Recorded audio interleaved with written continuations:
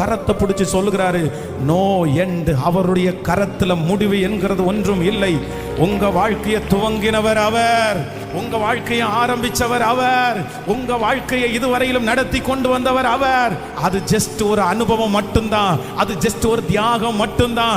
நீங்க முடிவு இன்னும் சொல்லுகிற அந்த இடத்திலிருந்து உங்களுக்கு ஒரு துவக்கத்தை ஆரம்பிக்கிறதுக்கு கர்த்தர் வல்லவராயிருக்கிறார். இஸ்ரவேல் ஜனங்கள் செங்கடல் முடிவுன்னு நினைச்சாங்க, செங்கடல் முடிவுன்னு நினைச்சாங்க.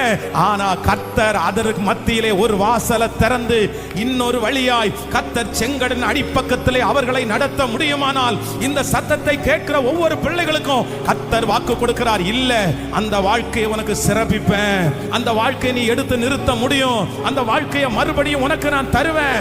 எஸ், ஹalleluya.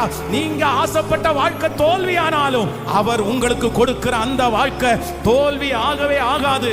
நம்புறவங்க கரங்களை மேல தட்டி